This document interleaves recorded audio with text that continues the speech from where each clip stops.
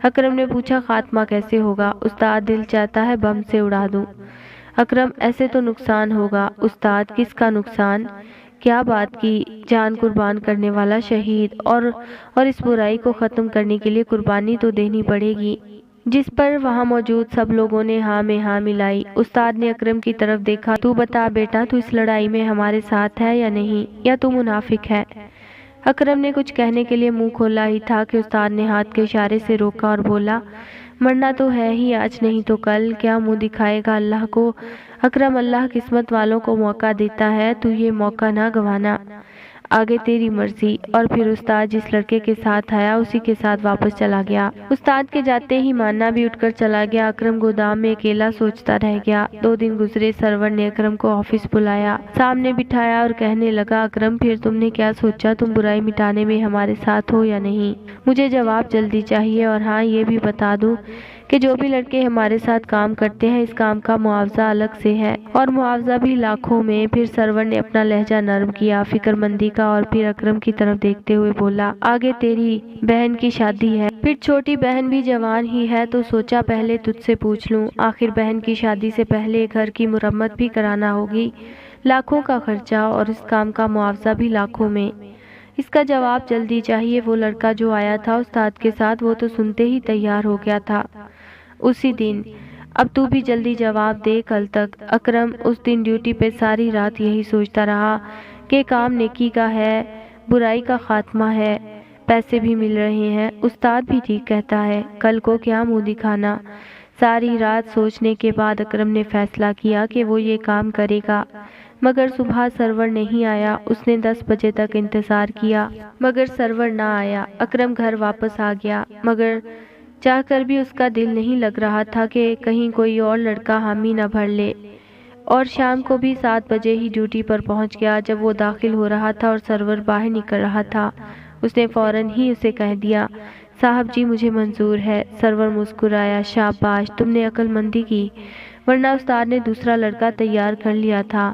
اس کے کندھے پہ تھپکی دیتا ہوا باہر نکل گیا۔ اور پھر فجر کے بعد سرور اور استاد آئے۔ استاد نے اکرم سے پوچھا، صحیح بتاؤ، کیا تم رازداری سے کام کرنے کو تیار ہو؟ ہماری ہر بات ماننا ہوگی، اور اس کے بدلے ہم تمہیں تمہاری ضرورت کے مطابق پیسے دے دیں گے۔ اکرم بولا، بالکل استاد صاحب، میں آپ کی بات مانوں گا۔ ٹھیک ہے، تمہیں بتا دیں گے۔ اکرم صاحب جی، وہ مجھے بہن کی شادی اور گھر کی مرمت کے لیے پیسوں کی ضرورت ہے، تو پہلے مجھ سے کام لے لیں۔ استاد نے سرور کی طرف دیکھا، سرور نے سر سے اشارہ کیا۔ استاد بولا، چلو ٹھیک ہے، پھر تیار ہو جاؤ، کل سے تمہاری ٹریننگ شروع۔ دوسرے دن سے اکرم کی ٹریننگ شروع ہوئی۔ اکرم استاد کی ہر بات حکم مان کر رہا تھا۔ سارا دن تو اکرم گھر ہوتا تھا۔ جب سودے کی لسٹ اکرم کی ماں نے دی کہ سودا لے آ۔ جب اکرم سودا لے کر آ رہا تھا تو دکاندار سے پتہ چلا قاری صاحب کی طبیعت ٹھیک نہیں۔ اکرم نے سودا گھر دیا اور خود قاری صاحب کے پاس پہنچا۔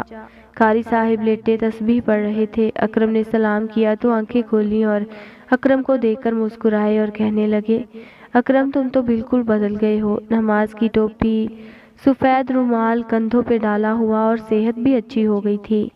تو اکرم نے، ہاں جی قاری صاحب، بندے نے مرنا ہی ہے تو کچھ نیکی کے کام کر لے۔ قاری صاحب ہنستے ہوئے بولے، ماشاءاللہ اچھی صحت ہو رہی ہے، نیکی کے کام کرنا تو بہت اچھی بات ہے، نیکی ہی آگے جانی ہے، باقی تو سب فانی ہے۔ اور تم سناؤ، کام کیسا چل رہا ہے؟ اکرم، بہت اچھا، میرا مالک بہت اچھا ہے، بہت خیال رکھتا ہے۔ قاری صاحب، اچھی بات ہے، نصیب سے اچھے مالک ملتے ہیں۔ بیٹا ایک بات یاد رکھنا، ایمانداری سے کام کرنا، اللہ تعالیٰ نے جو تمہارے مقدر میں لکھا ہے وہ ضرور ملے گا۔ اب یہ تمہارا عمل ہے، حلال سے لو یا حرام سے۔ اکرم، جب ہم اپنے مالک کے ساتھ ایماندار ہیں تو عمل حرام کیسے ہوگا؟ قاری صاحب، اگر تمہارا مالک حلال کام کرتا ہے تو کمائی حلال ہوگی نا۔ اکرم کچھ سوچتے ہوئے، قاری صاحب یہ جو بے حیائی اتنی بڑھ گئی ہے، اس کی روک تھام کیسے؟ قاری صاحب، اللہ نے مرد کو سربراہ بنایا ہے، اس کا فرض ہے اپنے گھر کی عورتوں کو دین پہ چلائے۔ اکرم کا لہجہ بدل گیا، کہنے لگا، دل چاہتا ہے بندہ 2-4 کو پھڑکا دے، سب کی عقل ٹھکانے آ جائے گی۔ قاری صاحب، غلط بات، کسی کو ناحق قتل کرنا گناہ کبیرہ ہے۔ جب قابیل نے حابیل کو قتل کا ارادہ کیا کہ حابیل کی قربانی قبول ہو گئی تھی، تو حابیل نے قابیل کو یہی جواب دیا تھا کہ اگر تو مجھے قتل بھی کرے گا تو میں تجھے قتل نہیں کروں گا۔ بیٹا سوچو، حابیل کو پتا تھا کہ قتل کر دیا جائے گا، مگر اس نے قتل کا گناہ اپنے سر نہیں لیا۔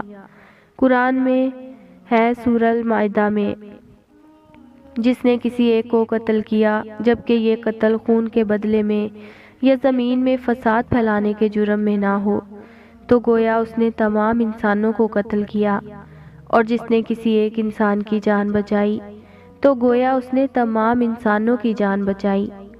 تو اکرم بیٹا، یہ قرآن کے الفاظ ہیں۔ اکرم کیا مطلب؟ قاری صاحب، صاف مطلب ہے جس نے ایک انسان کو قتل کیا اس نے سب انسانوں کو قتل کیا۔ جس نے ایک انسان کی جان بچائی تو گویا پوری انسانیت بچا لی۔ طائف والوں نے حضور اکرم صلی اللہ علیہ وآلہ وسلم کے ساتھ کیا سلوک کیا؟ پیارے نبی کریم صلی اللہ علیہ وسلم نے بد دعا تک نہ دی۔ جب سونے نبی صلی اللہ علیہ وسلم کے چچا زاد بھائی شیر خدا حضرت علی رضی اللہ تعالیٰ عنہ پر دوران جنگ جبکہ وہ ایک یہودی کو قتل کرنے لگے تو یہودی نے منہ پہ تھوک دیا تو شیر خدا نے تلوار ہٹا لی کہ کہیں یہ قتل غصے میں نہ ہو جائے۔ دوبارہ مقابلہ کیا، پھر اس کو کیفر کردار پر پہنچایا۔ حضرت حمزہ رضی اللہ تعالیٰ عنہ کو جس نے شہید کیا، جس نے کلیجہ نکال کر چبایا، اس کو فتح مکے پر عام معافی مل گئی جبکہ وہ کافر تھے۔ یہاں تو سارے اپنے مسلمان ہیں۔ بیٹا یہ ہیں قرآن کی تعلیمات، ہمارے نبی صلی اللہ علیہ وآلہ وسلم کی تعلیمات۔ ہم اللہ کو کیا منہ دکھائیں گے کہ ہم تیری مخلوق کو نقصان پہنچانے والے ہیں؟ نہ میرے پتر، آئندہ ایسی بات نہ کرنا۔ دین محبت سے پھیلتا ہے، اپنے اخلاق کو اتنا اچھا کر لو کہ لوگ تمہاری بات سننے اور ماننے پر مجبور ہو جائیں۔ چلو بیٹا، عصر کا وقت ہونے لگا، ابھی کچھ دیر میں اذان ہو جائے گی۔ اکرم خاموش وہاں سے واپس آیا اور تیار ہو کر ڈیوٹی پہ چلا گیا۔ جب سے ٹریننگ شروع ہوئی تھی وہ 7 بجے گودام جانے لگا تھا۔ جب وہ پہنچا تو استاد اور سرور دونوں پہلے سے موجود تھے۔ اکرم کو ضروری باتیں سمجھائیں اور پھر 2 لاکھ روپے اکرم کے سامنے رکھے اور بولا، یہ 2 لاکھ ہیں، باقی کام ہو جانے کے بعد۔ استاد بولا، پتہ ہے باقی کی رقم 3 لاکھ ہے، ٹوٹل 5 لاکھ۔ بتا اب تو تیری ضرورت پوری ہو جائے گی نا؟ اکرم نے 2 لاکھ ایسے چھوئے جیسے کسی ٹرانس میں ہو۔ سرور ہنسا، پکڑ لے سارے تیرے ہیں، سنبھال لے۔ اکرم نے دونوں گڈیاں ہاتھ میں پکڑی اور بچوں کی طرح خوش ہونے لگا۔ یہ میرے پیسے ہیں، میں اگر کام کرنے میں کامیاب ہو گیا تو اور پیسے ملیں گے۔ 3 لاکھ؟ سرور، ہاں 3 لاکھ۔ اکرم، پھر مجھے کب یہ کام کرنا ہے؟ آج؟ استاد، نہیں کل، آج تیری فائنل ریہرسل ہے۔ اکرم نے سب ٹھیک سے کر لیا۔ سرور بولا، اکرم تجھے یاد ہے نا تو نے اس رقم کے بارے میں کیا کہنا؟ اکرم خوش ہوتے ہوئے، یہ 2 لاکھ کی میری کمیٹی نکلی ہے۔ استاد، اور 3 لاکھ کہاں سے آئے؟ اکرم، جی وہ میرا بانڈ نکلا ہے۔ شاباش، سب ٹھیک ہے نا؟ کچھ پوچھنا ہے تو پوچھ لو، کل شام 6 بجے۔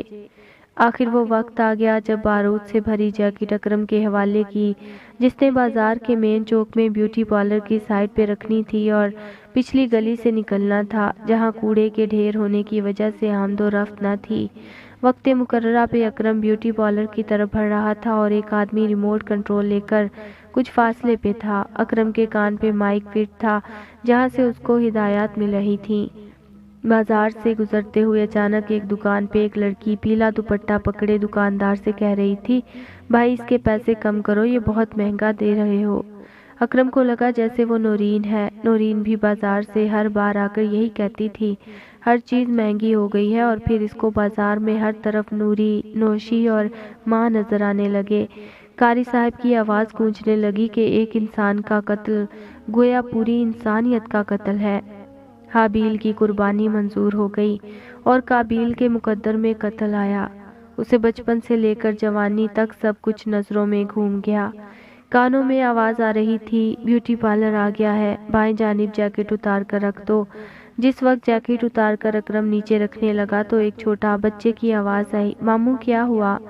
اکرم نے سر اونچا کیا تو ایک آدمی کی گود میں بچہ تھا تو اکرم کے کانوں میں اپنی ہی باز کش سنائی دی، میں نوری کے بچوں کا ماموں ہوں گا۔ اور پھر جب اکرم نے نظر اٹھائی تو ہر طرف نوری بچہ اٹھائے ہوئے تھی۔